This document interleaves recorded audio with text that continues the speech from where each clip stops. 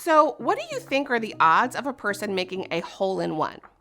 According to the National Hole-in-One Registry, the odds of an average golfer like you or me making a hole-in-one is 12,500 to 1. Now, if you're a professional golfer, first of all, congratulations. And second, the odds of you making a hole-in-one increase to 2,500 to 1.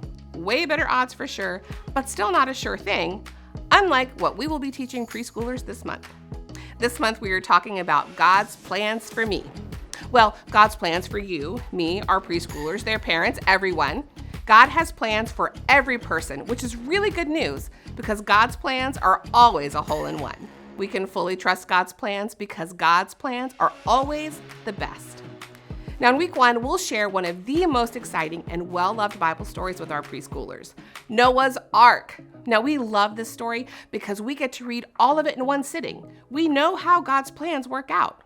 But imagine if you were Noah and his family. They had to trust and follow God's plans each step of the way over many, many years, not knowing how things would turn out.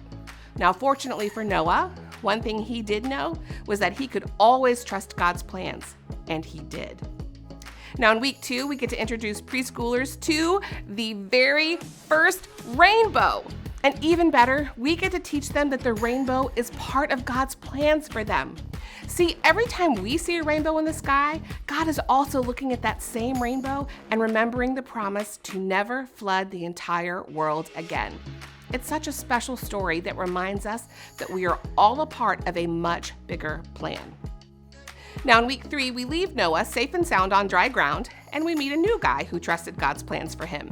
His name is Joseph. Now, if anyone ever had reasons to doubt God's plans, it had to be Joseph. He went through some really painful times, but he shows us that we can trust God's plans even when they're hard. Now, in week 4, we get to see that God's plans for Joseph really did work out. And not just for Joseph either. Because Joseph trusted and followed God's plans, he collected enough grain to save all of the people in Egypt from starving, plus Joseph's own family and people from all over the world. Now, talk about a hole-in-one. Then in week 5, the prophet Jeremiah will help us wrap up the month with the wonderful truth that God knows the plans he has for us. This means that even when we don't understand the plans, we can still trust the one who does, because God loves us so much that he made plans for each and every one of us.